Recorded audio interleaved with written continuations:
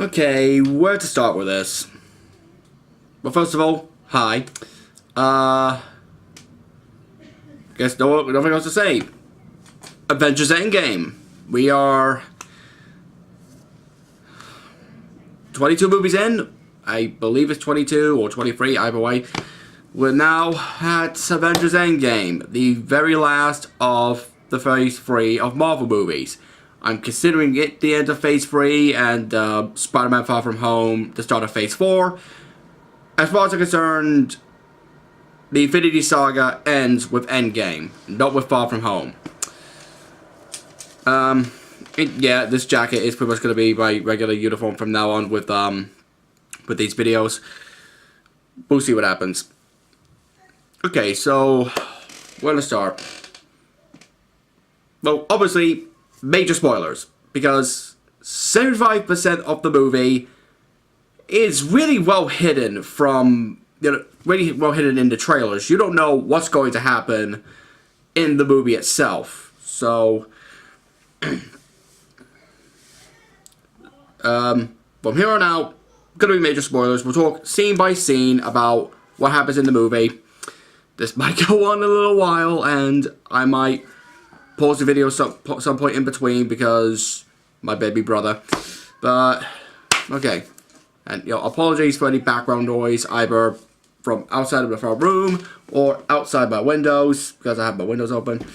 Let's get started. So, Avengers Endgame starts off with first, before the whole Marvel Studios logo thing, even before or after it, we start pretty much immediately with Clint Barton, Hawkeye, with his family, teaching his daughter how to use the bow and arrow, which Hawkeye has always been the less developed of the Avengers, even more so than Captain Marvel, if you can believe it. And it is nice to see him with his family. A shame that joy is then immediately taken away, as when he turns around, dust is flying everywhere. So it's like, yeah, though that obviously hits him hard with how his entire family is gone. Even, I want to say he's 3-year-old, 5, maybe, I would say 4 or 5-year-old kid, his youngest son. Yeah, I want to say 4 years old because the kid was born at the end of Age of Ultron, and Age of Ultron was 2015, so yeah, let's ballpark it and say 4 years old. Like, entire family is gone, and because of that, he then goes on to become an assassin, just killing people for killing other people who go ahead and just kill other people. So he becomes Ronin. He's not Ronin for long though. He's pretty much still just Hawkeye, just in a different color outfit. Actually, I'm not even sure if it's a different color outfit. I've only ever seen him in black, never purple. But anyways, so then we cut back to Avengers HQ, where well, actually not back to Avengers HQ. We cut to outer space with Tony and Nebula, and Tony is recording this message for Pepper, hoping that she'll one day get it, and because the way things are now, even though they try fixing up the ship, it's not in the best condition, and it's likely they're gonna die out there. Okay, sorry for the bad lighting conditions. I can't get the lighting right, even with the light on the camera activated, and, these lights on. But then who should find them but Carol Danvers, Captain Marvel herself, who drags their happy little ship back to Earth, where for the first time in a long time, Tony finally meets Steve Rogers again, and right away, as soon as Tony's back, and as soon as he's sedated because he's still recovering from the grief of losing Peter, as soon as he's back, he's pretty much knocked out. And then the rest of the team basically decide, what, we're just gonna find Thanos, kick his ass, take the glove, and wish everyone back. And they're able to do so because when Thanos snapped his fingers, he basically left this energy trail on Earth, like unlike any other. until a couple days ago, where that same burst of energy came from a completely different planet. As it turns out, he's actually snapped his fingers again. Though, when they get to him and they don't hold back this time, they just chop his hand right off. Look at the gauntlet, the stones are gone. And that's because Thanos snapped his fingers to destroy the stones. And of course, they're all pissed off. For the most pissed off with how he goes for the head. Yeah, he doesn't fuck around this time. He just whoosh, cuts off Thanos' head.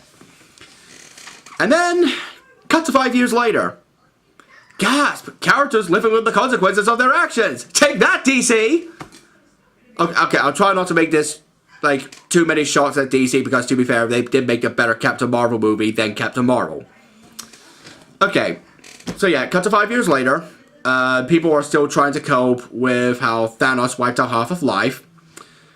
And I guess Romanoff is just the new interim leader now. You know, Black Widow, with how she's in communication with Captain Marvel, Nebula. Well, Nebula's hanging out with Rocket now, which I guess technically makes her a Guardian, which cool. Okoye, I think her name's pronounced Okoye, Black Panther's bodyguard, and Rhodes. I forgot his name for a second. Still in contact with them with like what's happening like on Earth and throughout the galaxy. And it seems that, you know, it seems like what Thanos wanted to do actually did happen. Half of all life is just kaput, gone. That is until out of nowhere, Scott Lang comes back, because he was in the quantum realm when Thanos snapped his fingers. And the thing is, they say he's been there for 5 years. He says he only felt like 5 hours. So, really, because of that, they look at it and figure, this could actually help basically create our own form of time travel. Now, I want to make something very clear. I hate it when a story is reversed or taken completely out of canon through time travel, because it basically ruins, it basically takes away the journey that the characters have gone through. Not so much here, because what their plan is, you know, once they're finally able to get Tony involved, and hey, Tony himself has a kid, which, that's nice.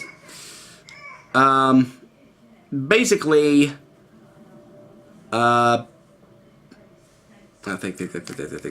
basically, they're thinking if they're able to combine Tony's tech with their understanding of the quantum realm, they may be able to go back in time to pick up the Infinity Stones from certain locations, bring them back with them, and then basically make their own Infinity Gauntlet in the modern time, so that they can snap their fingers and bring everyone back. Which, that is a logical plan, especially since immediately afterwards, when the time comes, they're going to put the stones back, which I think is a clever move. And also to do this, they also recruit Thor, who has put on a few pounds after what happened after he killed Thanos and built this whole new town with the remaining Asgardians, including Valkyrie, who is proven to be alive. So that's cool. And Korg and Meek, they're alive too. You know, just in case anyone was worried that they died on the ship along with Thor and along with Loki and Heimdall. Sadly, those two don't come back. And basically, what is it? Oh, and they also recruit Banner, who is pretty much in permanent Hulk mode now. Not that he's a big raging beast now, but rather, Banner quickly explains that, if I'm remembering this right, keep in mind this was just the other day I watched it, it was also the only midnight screening I ever went to. Basically, Banner was able to balance out the physical strength of the Hulk with, you know, his with his full-on intellect, and basically he did that with a further injection of gamma radiation to, you know, give him the physical strength of the Hulk, but still retain his intellect. Not sure if the Hulk strength actually works that way, but well, you know, it's the reasoning he's going with to explain why he's pretty much in permanent Hulk mode, and I guess also to make up for the fact that Hulk wasn't really in Infinity War. He was just in the opening, got his ass kicked, and that was it. So, yeah, it's like I kind of like that, actually seeing Banner create a balance between the Hulk and himself. Problem is, it's done off screen, and a lot of it is just played up for really awkward comedy. Like, when they first meet him, he's in this diner, and he has, like, this giant bowl of scrambled eggs, the giant, massive pancakes, like, and, like, these sausages, and, like, some sausages wrapped in pancakes or tortillas. It's like, he has giant plates of food, and, like, these kids come over and say, hey, can I get a picture with a Hulk? They take the picture, and Ant-Man's like, hey, want a picture with me? And I guess it's in this really awkward scene. It's like, throughout that scene, like, I like Ant-Man, I like the Hulk, but for some reason, the humor in that moment just didn't work for me. When it got to that point, I was just going... I was basically just stuck like that for the entire scene until they finally got to the frickin' point and got Banner to help them, because he does have a good understanding of quantum physics. Wait, no, he actually doesn't. But I guess they brought him on board, like, to help them with, I guess, with the technical aspects, even though he's a nuclear physicist. Oh, either way. But yeah, they also get totally involved because he's the only one who understands, like, the basics of quantum mechanics. Anyways, they also decided to use what was left of the Pym particles, because, you know, with Hank Pym dead, it's like no one else can really recreate the Pym particles, since no one actually knows the formula. Question: why don't they just use one of the tubes that they have, break down the formula, and then use that, and then just copy that, so that if they fail the first time around, they can just go back and do it again? Because plot. And the first person they tested on is Hawkeye, or Ronin rather, who is actually able to go back in time perfectly harmlessly, and is about to see his family again for the first time in 5 years before he's sat back. So it is really nice to see them actually using their intellect to do what they do. And from there, they decide to split up into separate teams, you know, with the knowledge that they have of where the stones are. Like Nebula knowing that the Soul Stone is on Vormir. The fact that the Time Stone, Space Stone, and Mind Stone are all in the same locations, that being New York City, because remember, the Time Stone was in the Tesseract, the Mind Stone was originally in Loki's Scepter, but that was established in the first Avengers movie, and the Time Stone is with the Sorcerer Supreme, who just happens to be in New York at the time. It ain't Doctor Strange, but it's the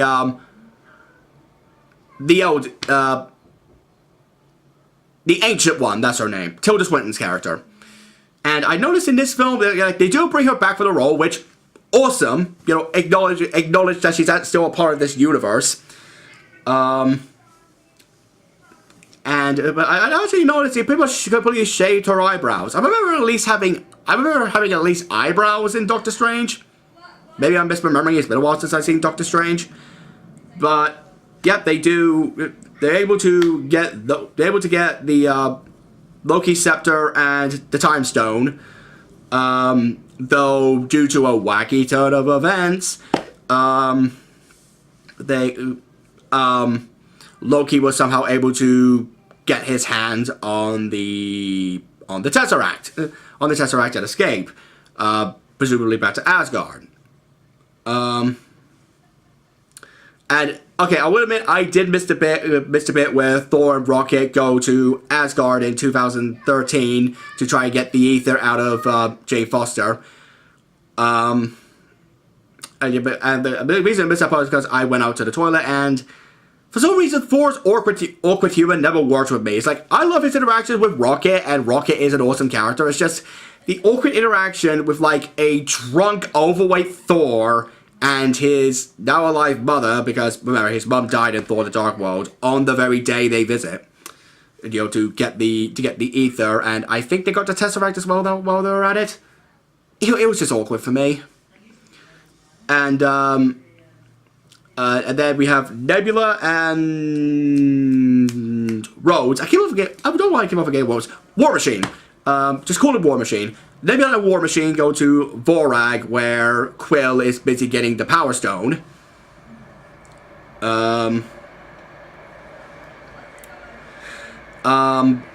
Romanoff and Barton are off to Vormir to get the the Soul Stone from Red Skull. You can guess where that scene is going to lead. One of them is going to have to die because the Soul Stone cannot be given up unless someone sacrifices someone else they love. Bit of a twisted rule, but hey, it was established in Infinity War, and as soon as I heard that, I was like, oh, okay, Barton's gonna die here for the sake of everyone else, and that's kind of cool. Only for the movie to throw expectations out the window, and this is where we're going to get into massive spoiler territory. Because then Barton and Romanoff get into a fight about who's going to die, like an actual fisticuffs. At one point, they're both hanging over the ledge with Hawkeye holding on with a grappling hook and Romanoff by his hand, and Romanoff just lets go. Black Widow dies. It's like, this is the second. Okay. I hate the woman in the refrigerator trope, and this is kind of what this is. This is the sake of sacrificing a female character just for the sake of progressing the plot. They did that with Gamora. They did that with Gamora in the last film. They're doing it with Black Widow here. So it's like, why? Why couldn't it be Clint? Because even if he never sees his family again, he's sacrificing himself for the greater good and would make sense for his character. And, to be fair, we never really knew much about Clint anyway, beyond his family, and, like, the most character depth he ever got was in Age of Ultron. So, he's not like he really does suffer. I mean, Black Widow at least acts as, like, a liaison between the government and the Avengers. I believe she would eventually do that anyway. So, why bother having her be the one who's sacrificed? And it's like, it's just, but Clint has to go back to his family. Bitch! Romanoff knew Barton's family. She was practically a member of that family herself, but the Avengers are her family. So it's like, what difference would it make? If Clinton killed himself, that actually would be a bit more emotionally impactful on Romanoff, because Romanoff has arguably lost more people than Clint has. It's like, Clint's only lost his family, but I get into semantics here. But point is, I really do think it would have worked better had Clint been the one who sacrificed himself, especially since they obviously set that one up. And the whole idea behind the role is that they're a wandering samurai warrior who die by the sword. It's like, this would have been the perfect opportunity to have that happen with Clint in this movie. It's like, what really are you going to do for a Hawkeye movie? Like, Hawkeye doesn't have that many villains as far as I know. Like, then again, I'm not the biggest Marvel Comics aficionado. Like, most of the Marvel Comics are literally just right behind this camera, even though the majority of them are Deadpool comics. So it's like, I'm not the most familiar with Hawkeye comics, but it's like, could you not... Okay, to me, it just would make more sense if Clint was the one who died instead of Romanoff. So, so yeah, they finally have all the stones, and they use some of the bleeding edge nanotech to build the glove to then put the stones on it. And it's like, then they decide who's going to use it, because when Thanos used it, like, the first time he used it, it scarred him from the arm up to his neck. The second time he used it to get rid of the stones, it fused the metal of the gauntlet to his hand and scarred half of his face. So it's like, who's going to have, like, who's really going to be strong enough to really do it? But it's like, because Hulk is physically the strongest out of all of them, and because of all that gamma radiation, he'd probably be able to survive it. It hurts, but he is able to survive it. He is able to survive it, and of course, at a snap of his fingers, the other half of the universe is back. And this is where things go down the shitter. Because while War Machine and Nebula were in the past, because this was to the point of Guardians of the Galaxy before the Guardians ever met up, basically, I try to think. What happens here is that, like, the two nebulas, now that they're in the same timeline, they're like the minds of because they're on the same technological network, they start linking up, and past Nebula is actually seeing what's happening with future Nebula and vice versa. And because past Nebula was loyal to Thanos, was trying to be loyal to Thanos, trying to prove herself as worthy, so that she doesn't have, I don't know, her entire torso ripped apart, just to become more technologically advanced. She's still with Thanos and Gamora. And so past Thanos learns about what happens in the future when they capture future Nebula, and then past Nebula disguises herself as future Nebula, and actually goes back into the future, so that she's then able to hack into the time travel machine to then bring Thanos into the present. I hope that all made sense. But yeah, this is where Thanos comes in, completely wrecks the Avengers hideout, and is at this point where Thanos comes out. Gamora at this point is obviously on the side of the Avengers, because she's always been plotting, because now she actually is plotting to like take down Thanos, but with the knowledge that she and Nebula will reconcile and fix things up. She then decides to basically help the Avengers and future Nebula. See, this is why I don't like talking about time travel stories. It really is confusing when you have duplicates of characters. At this point, Thanos is just waiting for the Avengers to arrive while they start playing hot potato with their with the, I guess, call it what it is, the Infinity Gauntlet Mark II. Which actually is on the right hand this side, as opposed to the comic book accurate left hand. Seriously, why is it some people always think the Infinity Gauntlet is on the right hand when it's supposed to be on the left hand? Hell, even the Thanos toy, I think it's the Marvel Selects Thanos toy I have up there. Like, the Infinity Gauntlet is on the left hand. Anyways, so Thor, Captain America, and Iron Man are now starting to team up on Thanos, while the Black Order and the rest of the army start attacking the rest of the Avengers and try to stop them from getting the gauntlet. And this is where everything starts going to awesome. And it all starts when because while in the past, Thor also decided to pick up Mjolnir and discover he's still worthy, even if he is a hairy, overweight drunk. Oh, and they made the Big Lebowski joke in the movie before I got the chance to. I was actually about to say, and Iron Man was like, move it, Big Lebowski. It's like, damn it! But he does look like Jeff Bridges for the Big Lebowski. Watch the movie, you understand what I mean. But yeah, this is where the awesome starts, because Thor did bring Mjolnir with him, and he still has Stormbreaker. And while he's getting his ass kicked, we see Mjolnir pick up and hit Thanos in the face, and it goes right back into Captain America's hand.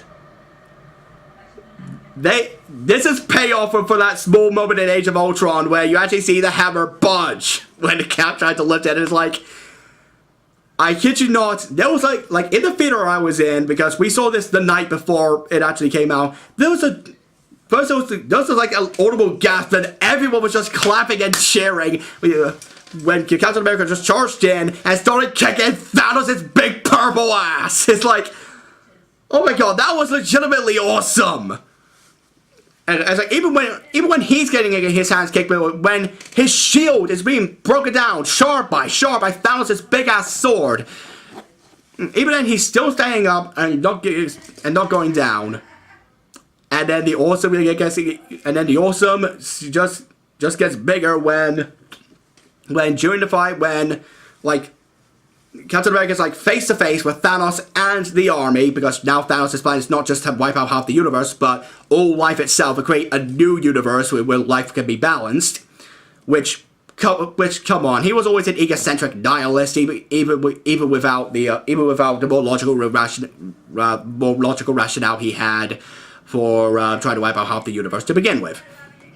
But yeah, Captain America, he's standing down, facing Thanos and his army, and then he hears Sam Wilson go, "Hey Cap, on your left." Strange's portal opens up. Then out comes Black Panther, and Shuri, and Okoye, then Strange, then the Guardians, and literally every single hero in the MCU. I do mean every single one. You got the Guardians, you have Valkyrie, you have the Asgardians, you have the other wizards in, with the sorcerers who work with Doctor Strange. And you also have the Wasp is back. You have Potts in her old Iron Man suit. I think it's like the Heartbreaker suit, which, yes. You have literally every single hero standing beside each other with Cap and Thor and Iron Man in the front. You have everyone standing behind him, ready to face against Thanos' army. Ant-Man is in giant size. Spider-Man is back. And they finally hear the line you always wanted to hear, where Cap just going, "Avengers! Assemble!" And they and both of us charge each other. It's like, I can't even properly describe each and every fight scene. It's just glorious. This is the fight scene everyone wanted to see since the reveal of Thanos at the end of the first Avengers movie. It's like, you get to see everyone do something awesome. And I do mean everyone. Even all the, like when Captain Marvel comes back and single-handedly crashes Thanos' ship, because of course she would. All Stark aside, I actually did like Captain Marvel. It was just a bit bland. And just a heads up, they used Captain Marvel better in this movie than they did for Captain Marvel. But yes, with Captain Marvel comes back, all the women come together. You got Shuri, you got Okoye, you got Wasp, you got, well, not Romanoff, she's dead. You got Mantis, you got Gamora, Nebula, all of them coming together to kick some legitimate ass.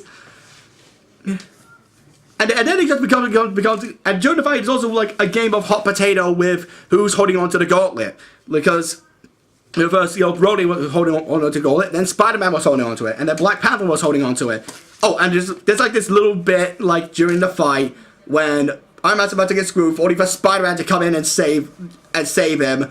Okay, and then Spider-Man's like, okay, there was this weird thing that happened because apparently we were on tie-in, then we were in outer space, then we died, and then I woke up and it was like, oh, it was 5 years later, and then Tony just hugs him.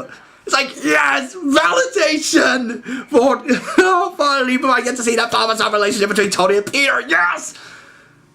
It's like, this is one of those moments where literally everyone in the theater was just cheering and roaring with joy, just seeing so many heroes kicking ass, and then we see Scarlet Witch, come in, it's like, you took everything from me, and start crushing Thanos with her magic!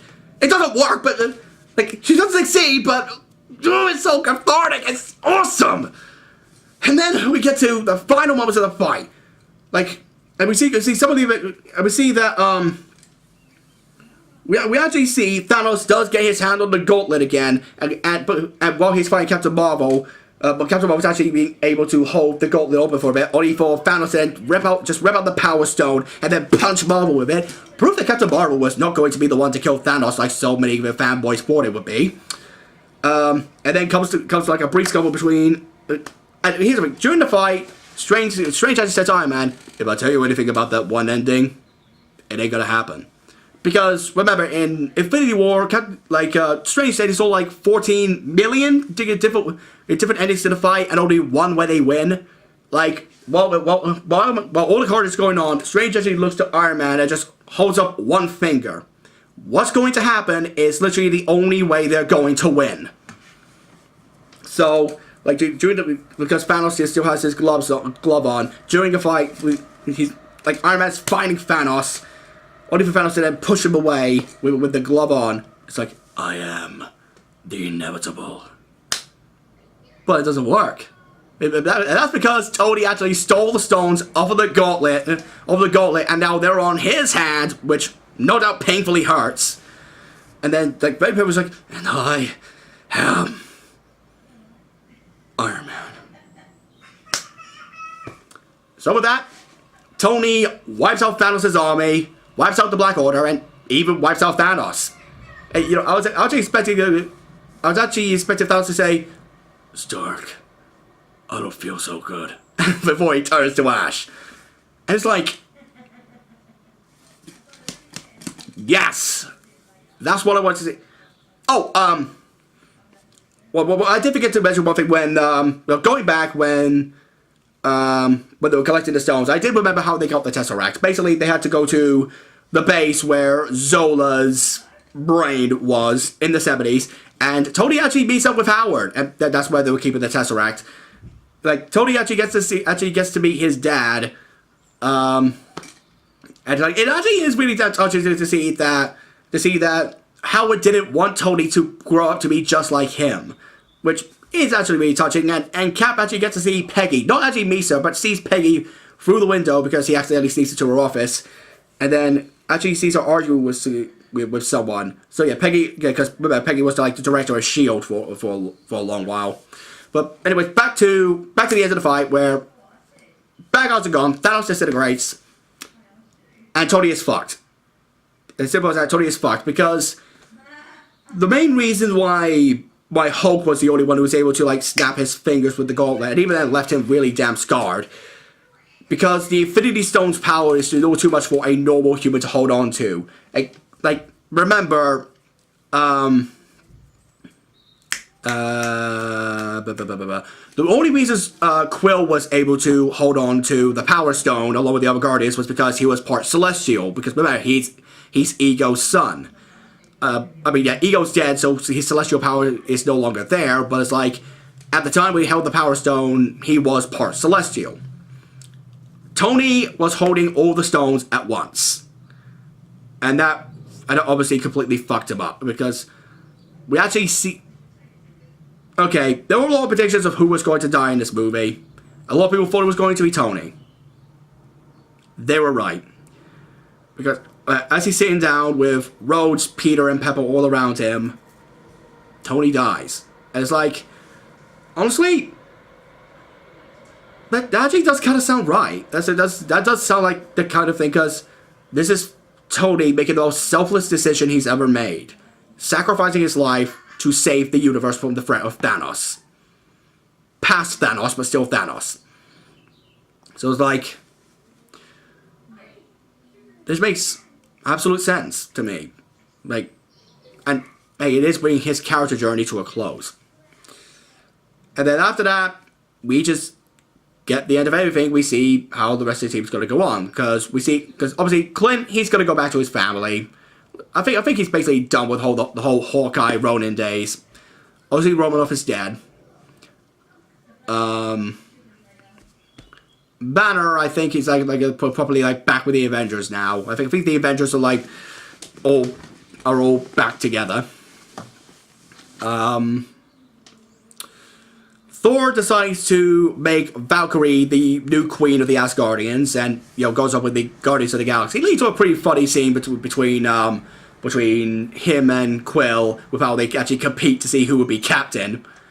That is kind of funny. I'm surprised Rocket didn't get in on that. And even Nebula's part of the Guardians now, which, awesome.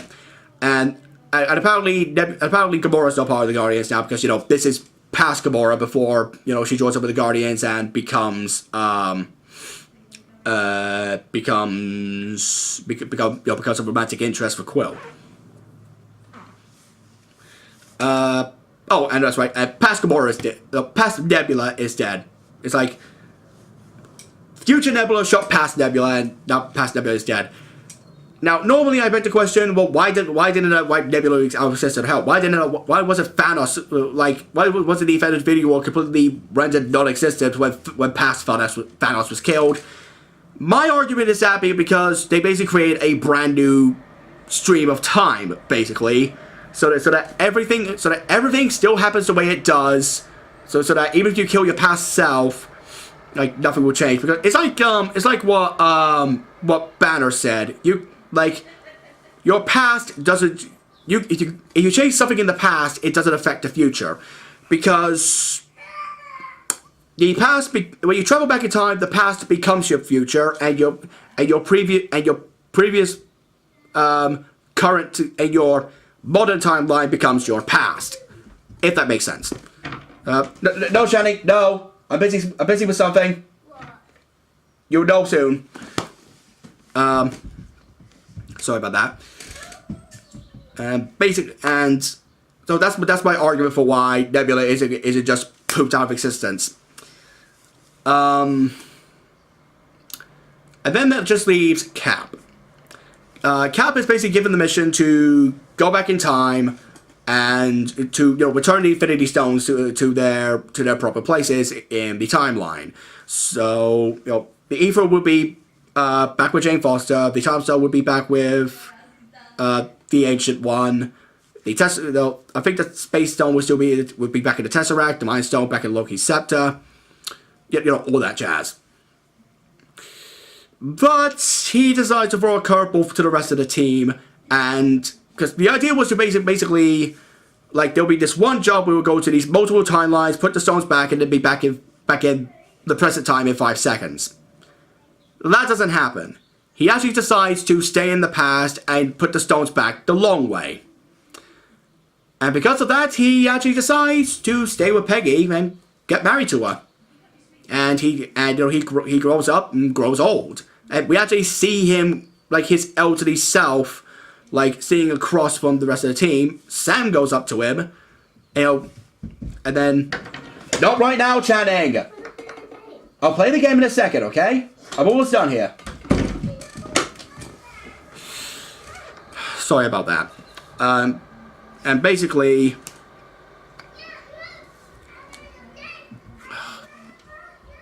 I'm sorry about that, but then basically, Steve then gives Sam his shield, which is actually kind of cool because you remember, like, for those who read the comics, after Captain America died in the comics, Sam Wilson became the next Captain America. That's not a joke. It's like he gives Sam the shield to become the next Captain America, and with that, movie ends. Yeah, there's no mid-credit scene, there's no post-credit scene. That's it.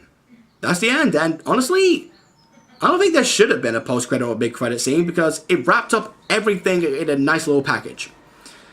And honestly, that's the best way to describe Endgame. It is what it says on the tin, and so much more. It gives us so many good twists, so many good turns. Like a lot of really, really good character interplay. And I think it really does benefit from being 3 hours long. I mean, the first half is a bit slow, but then when the second half picks up, it really picks up. So, it says Avengers Endgame does end up being the best MCU movie. Because, Thanos is still a great villain at the end of it, even if he's not in the film as much. And you get to see all these characters come together. And I do mean all of them come together. I mean, yeah, Shane Yondu doesn't come, but, he died in Guardians of the Galaxy 2, so there's no way they could have brought him back. So it's like, I also would have loved to have seen Lady Sith because she didn't die. I know she was like snapped out of existence, but it's like she wasn't on Asgard when it was destroyed. She wasn't on the ship when half his populace was destroyed. So it's like, yeah, I would have loved to see Lady Sith in the battle. So seeing all these people come together, 22 movies, whatever build up. It feels totally justified.